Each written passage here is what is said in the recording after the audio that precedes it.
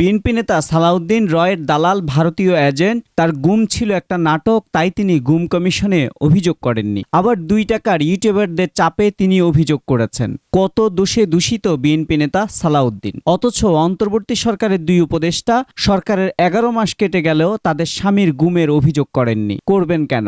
BNP নেতার পেছনে আঙুল দেওয়ার জন্য তথাকথিত 2 টাকার ইউটিউবাররা বসে থাকেন, অথচ উপদেষ্টাদের স্বামীদের গুমের বিষয়ে কোনো কথা বলেন না ওই ইউটিউবাররা।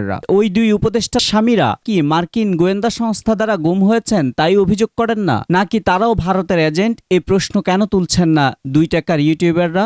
মৎস্য উপদেষ্টা ফরিদ আক্তারের স্বামী ও নতুন রাজনৈতিক দল এনসিপির আধ্যাত্মিক গুরু ফরহাদ মজার গুম হন 2017 সালের 3রা জুলাই। 3জন লোক আমাকে ঘিরে একটা সাদা মাইক্রোবাসে জোর করে তুলে আমার চোখ বন্ধ করে ফেলে। সাংবাদিকদের সামনে আমি বিনোদনের জন্য স্বেচ্ছায় বেরিয়েছি বলে স্বীকার করবার জন্য প্রচন্ড চাপ দেয়।